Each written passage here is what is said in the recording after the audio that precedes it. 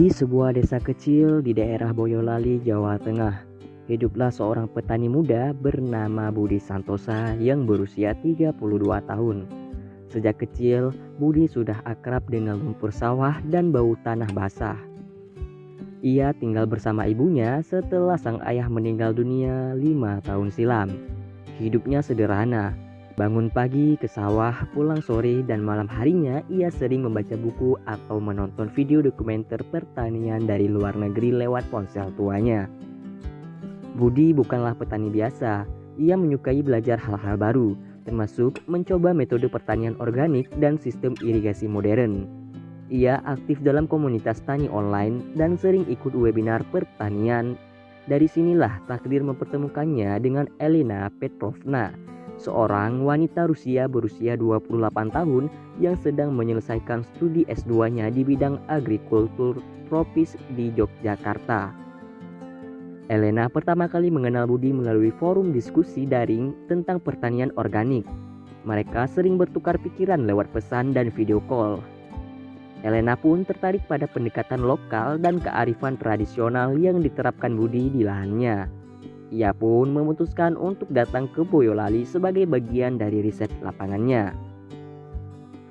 Pertemuan pertama mereka terjadi di pinggir sawah saat matahari baru saja naik.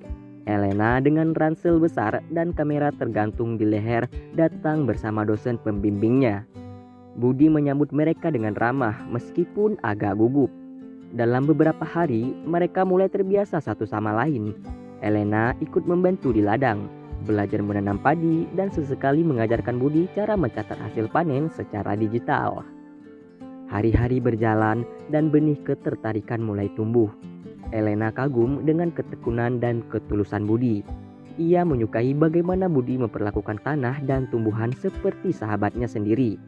Budi pun perlahan jatuh hati pada Elena.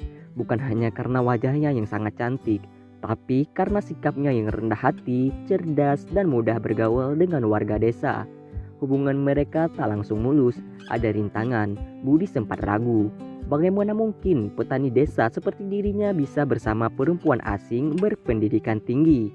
Ibunya pun awalnya sangat cemas, takut Elena hanya singgah sementara.